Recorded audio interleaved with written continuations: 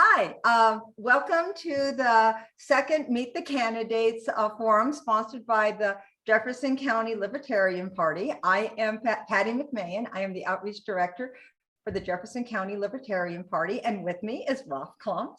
He is the chair of the Jefferson County Libertarian Party. Hi, Ross. Hello.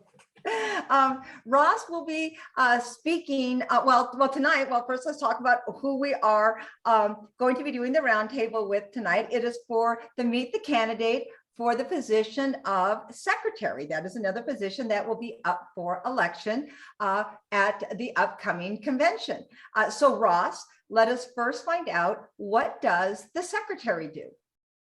The secretary is a crucial position. They are responsible for maintaining official party records and shall act as recording secretary for all legal purposes. The secretary shall maintain the party calendar of all deadlines required by the bylaws and the Secretary of State, and shall post these dates within 60 days of the deadlines in accordance with the party's standing rules and special rules of order. The secretary shall compile, maintain, and make available to the board a publication listing all standing rules and special rules of order adopted by the board. Okay, so, and while Ross, while you were talking, I got distracted because I actually got an email, a text about that email we were looking for about finding out where we can find some information about the convention. Ross and I have been trying to find out information about the convention because apparently we're in the dark with a lot of other people. But that being said, the person who has been holding the secretary position for the LPCO has been who, Ross? Karen Ann Harlos.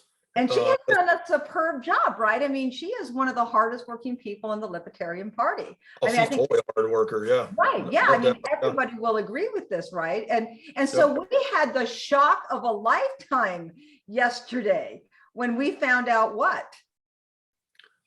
Yeah, she said that that somebody else is interested, and she is going to step aside. Yeah. For this time. Yeah. And so yeah. Yeah, this was a shock to us.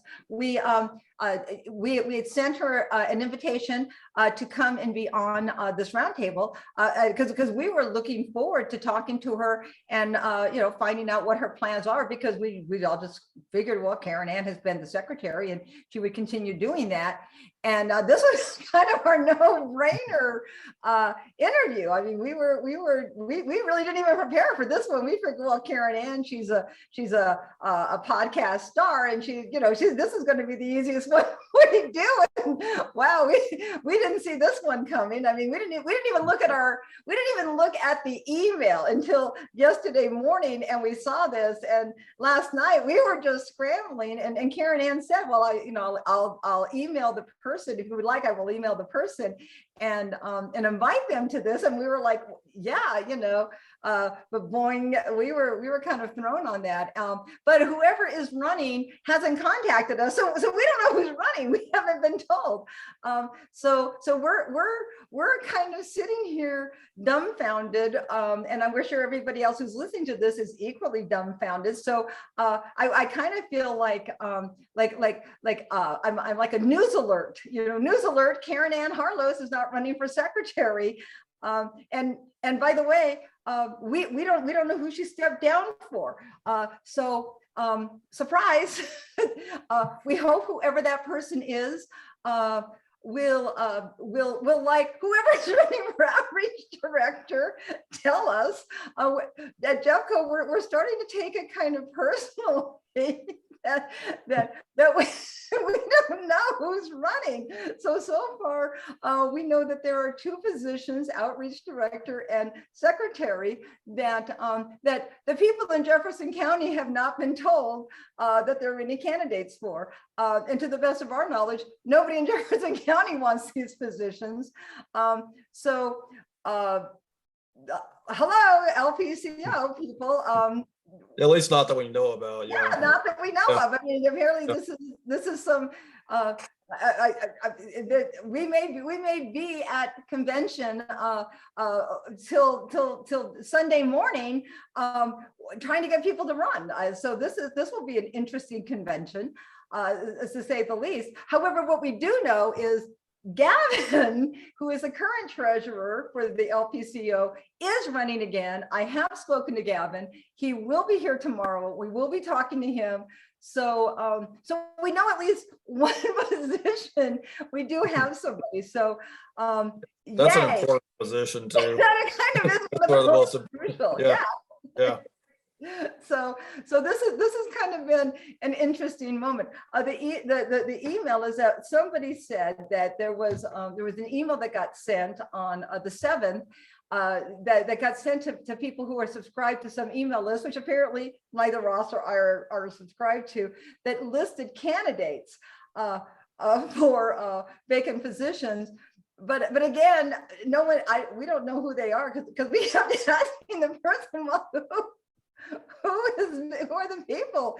And they said, well, Karen Ann's running for secretary. And we were like, nope. So we're not going to go on that list.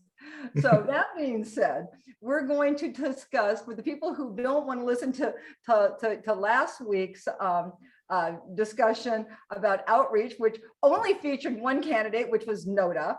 If anybody's checked into this roundtable because they want to hear from the secretary, here's your surprise. There is no secretary. So if you want to listen to the outreach director roundtable we had, here's a surprise, there's no outreach director. So instead of going there, we'll just have Ross tell you about Noda, who is a viable candidate. And Noda is here because Noda is who, Ross? Yep. Yeah. Noda is an option for all libertarian elections. And basically what that means is none of the above. And voting for Noda means that it's not worth voting for any of the candidates, whether there's 1 or 10. It'd be kind of like having like Hillary Clinton and Joe Biden as the candidates. In that case, a lot of people, including me, would vote for Noda. So basically what that means is, let's say Noda actually wins. Doesn't happen very often, but let's say that happens. That means that that all the candidates who were running against Noda and lost, they didn't win, and they basically can't be renominated. After Noda wins, there is a process to renominate if anybody's interested in running, and then rerunning and seeing if that person can beat Noda. So that's kind of how that works. That is an option. Now, if you vote for, let's just say there's a race with 3 people in it, and you vote for Noda, you're done. You can't vote for any 3 of those candidates. So you can't vote for Noda and then vote for candidate A. That doesn't work. If you vote for Noda, Noda's the only one you're voting for. So that's one thing to keep in mind. That kind of locks you in, and you need to be sure that you think all the candidates are either unable, unwilling, or just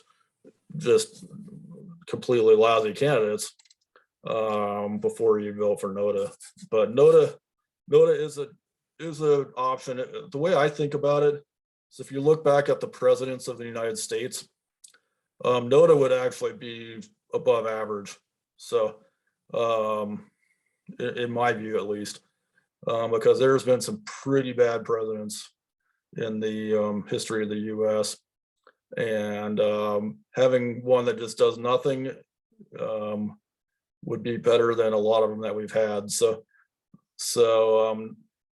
Noda is definitely better than a really lousy person in a board position. So it's always an option, but it's definitely a serious one, and you definitely want to make sure what you're doing. It's not a joke vote or anything like that. It's a serious vote that these candidates just won't work. So that's works. Okay, so let me ask a couple of questions, because let's assume at this point, hypothetically, that we actually have a candidate for any of these board positions, which at this point isn't looking particularly hopeful. But let's assume that somebody actually runs for secretary, and let's get really optimistic right now. Let's say we have 2 people that run for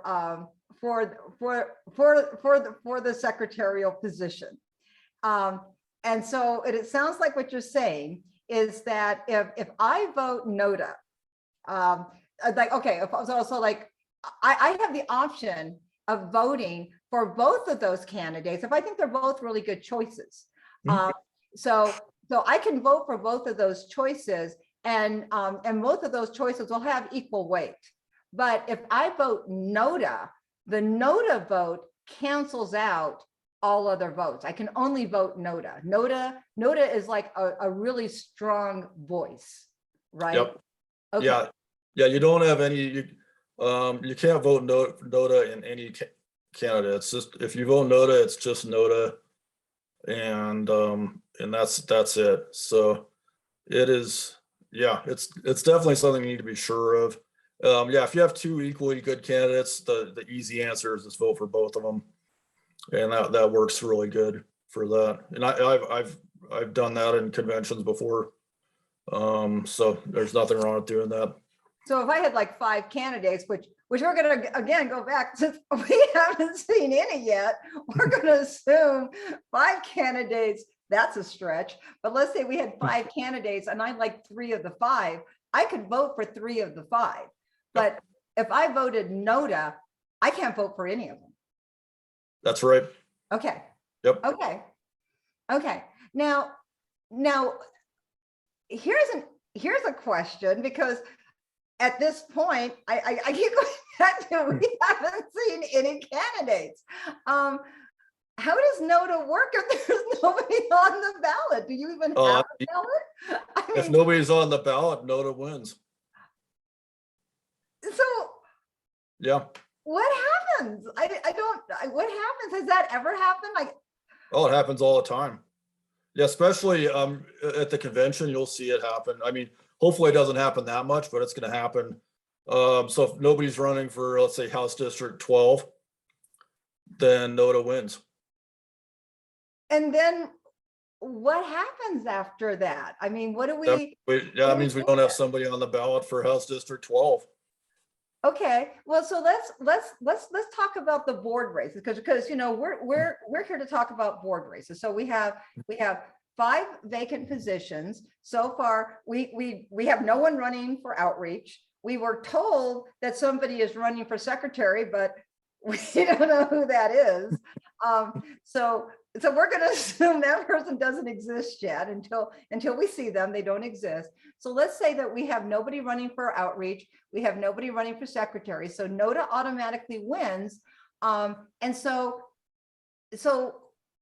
what happens at convention when what happens? I mean, what do we? That is rare for board positions, but yeah, it could happen. So yeah, what happens? NODA wins the position. That means nobody's in the seat. The board has the option of filling the position if they've let's say somebody else is interested. Let's say Libertarian XYZ expresses interest in that position. The board could vote them in at the next meeting that they have. So they have that option to do that, or they can not vote them in if they don't like that candidate. So that's basically how it works. It'd be an open seat at least until the next board meeting. Okay, so if no one runs and we have nobody running for the board position, again, we say no one's running for outreach, no one's running for secretary, or if they are, no one wants to tell Jefferson County because for some reason they don't want Jefferson County voters to know. So whatever Jefferson County has done to offend anybody who's running, we apologize. Please come back. We want to talk to you. This is we're hoping this to be an enlightened forum. So that being said, we go there. There's nobody running, and do we just not take anything from the floor? I mean, so that's it, right? I mean, it's like nobody there. After, yeah, let's say NOTA wins and they haven't closed the elections yet. There is the option that they still could nominate somebody. Let's say somebody just walks in after NOTA wins and they're interested in running. They could nominate that person afterwards. And if since NOTA didn't really beat anybody, I think that would be okay to vote them in. So that would be the odds of that happening are really low, but that could happen. Well, I mean, Karen Ann Hartles isn't doing anything. We could say, well, we know you stepped down because somebody else wanted this position, but hey, Karen, there's nobody here and we need a secretary. Then you could just nominate her, right? I mean, that could happen. Okay. Yeah, that's something that could happen. Okay. Yep. Okay, so that's okay. Just because I was kind of wondering, it's like I have no idea what happens in this situation. Okay, so the elections have already been closed, and then you're kind of stuck. So how do we know when elections are closed? Because again, I'm still pretty unfamiliar with this. So how do you know when elections are closed? Who closes them? So that would come from the chair to close if everything's done, if all the orders or if all the business is done, they'd close the elections and then close the convention. I think the elections, well, they're not the last thing. So yeah, it is possible that you could get into whatever the next item is. And then they could, if somebody comes in later that's interested in secretary, they could move to amend the agenda to vote in the secretary or something like that. That would take a 2/3 vote to do that, but that would be an option to get them in. If let's say an hour after the election, somebody comes into the convention who's a libertarian who wants to run for secretary, and for whatever reason they weren't there on time. Let's say their car accident or whatever reason they're late. Then they could amend the agenda, reopen the election for secretary, and get them in. Again, the odds of that happening aren't very high, but it could happen. Okay. Well, okay. So let's, again, and we always say this forum is not about convention. It's about meeting the candidates. But since we haven't met any candidates because apparently nobody's running, we wanted to answer some questions about convention because we keep getting questions about convention. And that's mostly because I guess a lot of people like us, we're not subscribed to receive convention updates, and I didn't even know there were convention updates until someone told me about that. So that was a surprise to me, and apparently that was a surprise to you too today. So we can give some information about convention here. So Ross, when is the convention?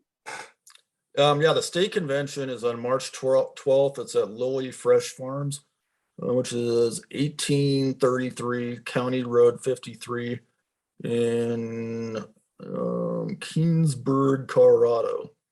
And everybody wants to know what time it starts, and that is actually we have to explain to people there's a difference between the start time and and what time credentialing starts. So can you explain the difference, because we've had a lot of questions about that.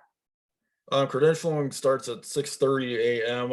I doubt there's gonna be a whole lot of people coming at 6:30, but the call to order is 8 o'clock. So yeah, it's definitely good to be. Typically, I would be there at least 10 minutes before 8, just to make sure you have plenty of time to get credentialed and get a decent seat and things like that. What does credentialing mean? Because I've had a lot of people email me saying, what does credentialing mean? And I emailed them back, said, okay, we will discuss this at our Meet the Candidate. Because actually what I thought I'd do is I'd ask the secretary that question which, you know, that was a big fail. Yep. So I'll ask you, what does credentialing mean? Yeah, so what it means is to be credentialed, there's two things you have to be. You have to be a libertarian, and the cutoff date, I think, was in December. I don't know that's, I think December When you 12th, say but cutoff date, you mean that means the date that you had to be registered with the yeah, Secretary of State to be. as a libertarian in Colorado. So if you're like a Michigan libertarian, it doesn't help, Okay. because Colorado State Convention. So those are the two things. And that's it to be credentialed. And then they'll give you a little delegate tag. So that gives you the ability to vote. Now, you don't have to be a libertarian to attend the convention, but you do have to be a libertarian to vote. Okay. And when you say be a libertarian to vote, we are voting on 3 items at the convention, correct? Because Yeah, we're voting on delegates. you have delegates, the board positions, state board positions. Which nobody's running for. I just want to keep bringing that up, which apparently nobody's running for except for Well, treasurer. That would be there's a Gavin. treasurer, You yeah, and the treasurer. Carl. Yeah. And then yeah, that'd be kind of quick if that's the case. But hopefully there's a little more going on than that. And then the third is the candidates for the 2022 election. That's huge. That is super important, and that's usually what takes the most time. Is that, because there's I don't remember the exact number, but it's over, I think it's about 130-ish people at the state level, maybe slightly higher. So it's a lot. You've got 8 Congress seats. You have was it 99 state house? Oh no, it's slightly less than that, because not all the senators are running, but yeah, all the house seats are up for election, and half the state senate seats. And yeah, there's a lot. There's a bunch of county positions also for all the counties. So they're gonna have typically 1 commissioner and then all their other positions open. So We have to really give a shout out to Jacob Luria, who has done an amazing job, right? I mean, he is our campaigns director, and he was brand new at this position. yeah, I yep. have to tell you what, Jacob has really just worked so hard. I know that because Jacob, Jacob's, I gotta say, Jacob's a Jefferson County person. He is, yep. Yeah, Yep. and so we love Jacob, and we think Jacob has just done a remarkable job representing Jeffco fine. And he is just the hardest working person in the LPCO, and he has done just a remarkable job just filling our slate. And we know he's been working with people all over Colorado and out of Colorado. I mean, just doing everything he can to get on top of this, to make sure that every seat is filled. So we really have to give a shout out to Jacob. He's just been remarkable. And there's there's a fair amount of paperwork for each position too. So it's not just like getting them to agree to be a candidate. You got to fill the paperwork out, and then get that into the Secretary of State, and then the candidates have to do their own work to get on Tracer too. I mean, it's not a hard thing to do, but that's all the state candidates. That doesn't apply to the Congress seats or anything like that. But all the state and county positions have to be on Tracer. So that's definitely something. It's not hard, but it's definitely something to be aware of, because if you do not get on Tracer, you're not going to be on the ballot. So, and that's happened before. So just something to be aware of. It's not difficult, but definitely if you haven't used Tracer before, ask how, and you want to be a candidate, ask how it works. And get whatever help you need to get that done. Right, and contact Jacob Luria. I mean, Jacob Luria is is really, I mean, he wants to hear from you, but also, and this, this is supposed to be meet the candidates for LPCO board. But again, as we say, apparently nobody's running. So we're going to use this time to kind of promote, if you want to run for office, contact Jacob Luria or contact your local affiliate.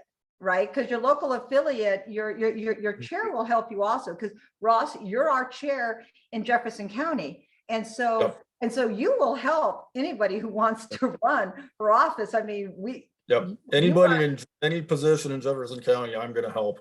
Yeah. So even if just a little tiny part of the districts in Jefferson County, I'll still help. Right. So, So you're the advocate for Jefferson County, and we know that, if you just go to the LPCO website and just click on affiliates, the chair for each affiliate is there, and they will gleefully help you run for office. You can also go on the LPCO website and say run for office and click on there, and that'll put you in touch. So we are now actively recruiting candidates, and we would like to know who you are. I don't know when the time is to get everybody on there, but again, Jacob Luria can help you. He's the person. So basically, I mean, you can decide up to the convention, but it helps Jacob out if you give him a heads up that you're interested. So either email him, or they have a little form you can fill out on the Libertarian Party of Colorado website that you can fill out. It takes like 5 minutes, and that'll let Jacob know what you're interested in. And that way you'll be on the spreadsheet. So at the convention, it's just a lot easier that they know it's already there. They'll have the paperwork ready at the convention and things like that. So it just makes it a little bit easier, but it's not mandatory. If you can decide up to the convention when it gets up to whatever House district race or CU regents or whatever position you're interested in. Whenever it gets up to that race, you can decide then. But recommend talking to Jacob first, just so he knows what's going on. Yeah, you don't make it harder on fellow libertarians than you have to. Yeah. Yep. And speaking of which, if you decide to run for a board position, please contact Ross or myself, and we will gladly give you time on these Meet the Candidate forums, so that people can meet you. We would like to say that somebody other than our treasurer is running for a board position, because we would like people to meet our candidates, so that they can at least put a name to a face when they are at convention. And speaking of which, another question that we have been getting a lot of, and this has come up a couple of times, is whether the convention is going to be live streamed. And I can answer this because I've asked this. We still haven't gotten an answer on whether or not it's going to be live streamed yet. That's still pending. However, we're trying to figure out whether or not we can do it on our YouTube. And I meant to text Reed, our technology people, to see whether or not, and I know I talked to Miguel last night, and I meant to mention that to him, to see whether or not there's some way we can live stream it through the Jeffco people. So we're going to look into that to see if LPCO isn't going to be live streaming it, maybe Jeffco can live stream it, and maybe we can see if another county can live stream it, because we know that that's a concern that people who aren't going to be there would like to see it live streamed. So we're looking into that, and we're still waiting for an answer from the LPCO on that. Yeah. Now, Ross, regarding convention, because everybody wants to know who they contact, because apparently finding information on the LPCO website is difficult when it comes to convention. How do people find out about anything with conventions? Any questions about convention, like anything? Where do they go? Okay, the Convention Oversight Committee Chair is Karen Ann Harlos. Who is not running for secretary. Surprise. but she is a convention oversight committee chair. And her email is secretary@lpcolorado.org. Right, so she will be secretary at least until March. So please, please contact her for the information about the convention. She is the convention chair. So hopefully she can answer any of your questions. So I guess that's about it. There's nothing really more that we can add. One other to thing. this. Oh, go ahead. The Jeffco County Convention is March 17th at Holiday Lanes at 7 p.m. And that's crucial because we're going to be voting for all the county board positions, and all of them are up for election. And plus there's going to be several, there's going to be quite a few open positions available. Plus the other thing we'll be doing is we can elect candidates for all Jeffco County positions. So that the ones that are up for election are there's county sheriff, county district attorney, county treasurer, county clerk and recorder. And clerk and recorder is actually really important because they are in charge of all the elections. So that is not a position that's not important. That's a crucial position. And then let's see, county coroner and county surveyor. Surveyor is the one we've got our eye on. Yep. Yeah. And let's see, there's a coroner, DA, treasurer. Oh, assessor, county assessor. That's important too. And then then there is one county commissioner seat up, and that's in the south part of the county. In my district. Yep. So a lot of county positions are open. So most of those pay pretty well. So something to keep in mind with that. And yeah, those races are not easy, but we did have a pretty good county commissioner candidate last election who did get 4% of the vote while he was stuck in, I believe it was Costa Rica, and he wasn't able to get back to the United States because of COVID. So considering he's stuck in Costa Rica and had super slow internet, that's not bad. That's actually pretty good, especially considering the situation. So yeah, that shows that, and he was able to do the tracer reports. He had enough internet to do that. So yeah, that kind of shows how that works. But he got a respectable 4% in a very large race. So yeah, when he was banned from coming back into the country, so that wasn't bad, libertarian. Okay, so St. Patrick's Day, March 17th, Holiday Lanes Bowling at 7 p.m. The Jefferson County Libertarian Party Convention will be happening. It will be vastly different than the state convention. It should be quicker and a little bit more fun because we won't have speakers, presenters, or anything else like that. We'll be just eating pizza and going through things pretty quickly, right? Yeah, because we do this pretty quickly. We're a pretty informal group. Yeah, it's definitely gonna be way quicker. Yeah, very no question about that. Yeah, so we look forward to people being at ours, and we look forward to talking to everybody tomorrow when we actually talk to another person other than Noda, and that will be Gavin, and that will be tomorrow. So please send your questions in. We will read them to Gavin, and we look forward to talking to everybody tomorrow. So thank you very much for being here tonight, and see you tomorrow. Bye. Yep.